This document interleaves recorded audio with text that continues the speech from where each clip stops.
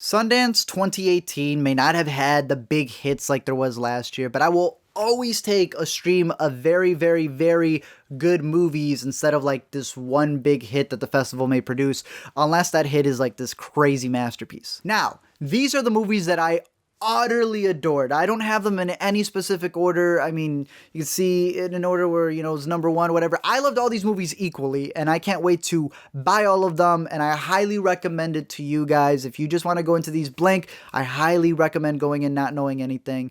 But these are my top 5, really 6. I get that a lot of movies get compared to other movies, and some people see that as a bad thing because they want everything to be its own thing. I don't think it's a bad thing. I think that when you do that, you are paying respect to the movies that have set the bar. And movies like Moonlight, movies like The Florida Project have set a bar, and I think this movie, if you like those, We the Animals, you're going to adore. I personally loved it because it hit me even harder than those two. I think the 3 kids in this movie were fantastic, especially the main one. I think Raul Castillo, mark my words right now, this dude is the next big character actor. This dude is the next Benicio del Toro. This movie, I'll sound pretentious as possible, whatever, I don't care. Visually, it was fantastic the way they tell the story. The body heat scene, the transitions that are all scribbled on as they go from scene to scene. It was fantastic. It's one of those movies that you have to give into it. Some people I know don't like the movies that don't have a lot of story or are told in a specific structure.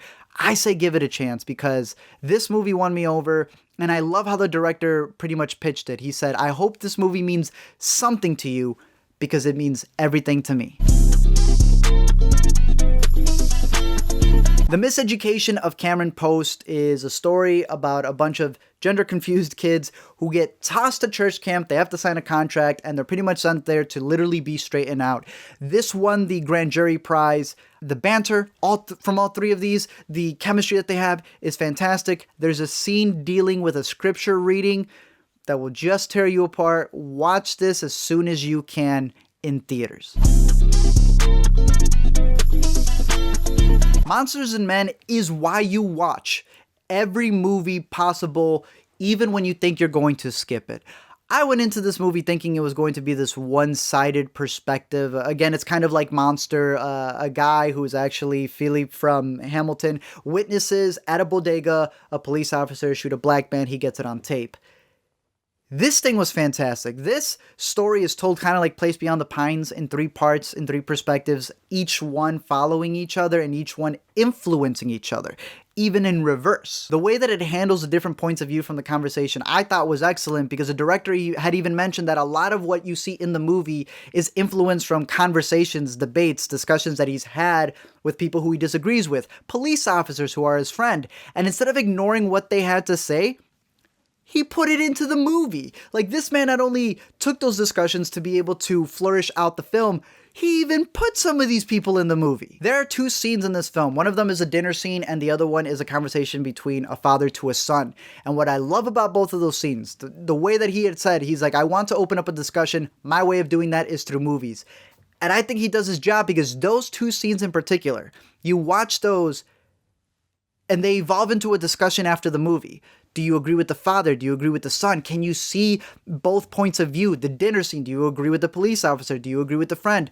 I mean, like, that to me is a successful movie when you talk about it after the credits. On top of that, I thought the director was dope. This dude stayed up till 2 o'clock the previous night to support the movie Blindspotting, woke up at 8 a.m. to come not only to the screening for the Q&A, but went to the waitlist line to let everyone know that he was going to make sure that they got into the movie, while a bunch of other filmmakers at Sundance, they just dip on their own showings. Of course, that doesn't affect how I view the movie because there are a lot of other really great filmmakers, very nice filmmakers, that their movies don't live up to it. But this dude, and just the way he composed himself, makes me want to support him even more.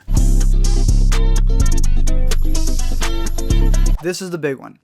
Hereditary is the best horror movie I've seen in the last decade. Like, I truly mean this. While I was watching this movie, my biggest worry was that it was going to get overhyped. by me. There will be people who are going to see this movie like a month later and then be like, oh, it wasn't that big of a deal. Yeah, because you saw it a month later. I'm calling it right now. For those people who think they can guess the movie, for those people who say they weren't scared, they're lying, thieving adulterers at heart. This thing, for those of you who liked the Vivitch, for those of you who liked It Comes at Night, know that this movie goes above and beyond that. For those of you who hated those movies, know that this movie delivers in what you wanted those to deliver on. I'm telling you, this movie will ruin mouth clicks for the rest of your life. This movie will make you want to get baptized and anointed after you watch it. This is one of those movies that doesn't deal with those jump scares where like the sound mixer has to crank it up to 11 because an actor didn't see like who was right next to them. No. If you remember the scene in Insidious where that little boy's just hanging there, but they don't notice him, that scene in It with the librarian where she's just chilling in the background, but you don't notice it. This movie is freaking freaky because there are a bunch of scenes where you're just staring at the screen for like 10 seconds and then you notice something staring at you and that scares you because you're like, how long have you been there? Horror movies always strive to have that one WTF scene that people will talk about. This movie gives you that in the first 25 minutes. And then before it ends, it gives you 3 more. Colette deserves the Oscar talk that she's been getting. I don't understand how Alex Wolff isn't suffering from PTSD, and I hate the fact that you guys have to wait till June to see it because that means I have to wait to talk about it, and I just want to talk more about this movie.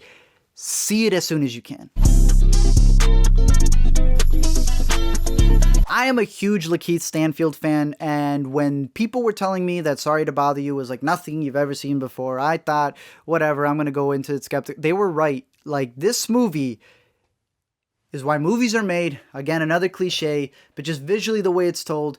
I know that some movies are going to be a little too much to some people, the weirdness, they may not go with it. But when you see that one crazy, zany movie and it just clicks with you, you're along with the ride. If you like my viewpoint on things, give this movie a shot because this movie was just, it was hilarious. It was crazy. I do not see another better satire coming out in 2018, and if there is, then that movie is going straight to the top because Lakeith Stanfield owns this role of a telemarketer who has to put on a white voice in order to be able to sell things and be able to move himself to the top. I thought it was great. Catch us in the theaters when you can, and we'll see if you dig that last third the way that I did because it's crazy. You know how everyone praises the first 10 minutes of Up because of all the emotions that it gives you in the story?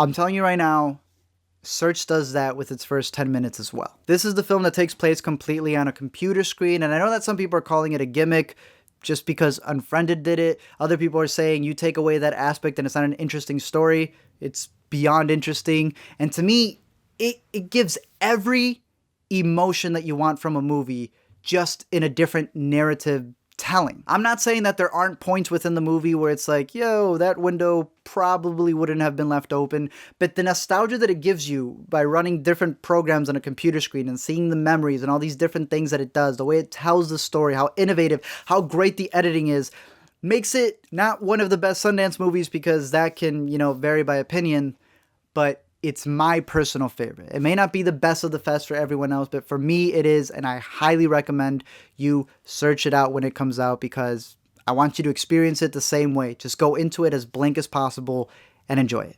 Other than that, those are my picks for the top movies that I saw at Sundance. I have another video coming up about, tips for Sundance because a lot of people want to go and they don't, know how to go. I'm not saying I'm a professional. I'm not Robert Redford, but if there's some tips that I can give from what I've learned in my mistakes, I'll have that in a video coming up. But I'm curious to know your thoughts on these movies, what you think about them when they come out, and anything else dealing with 2018 and this year of film. Till next time, see you guys later.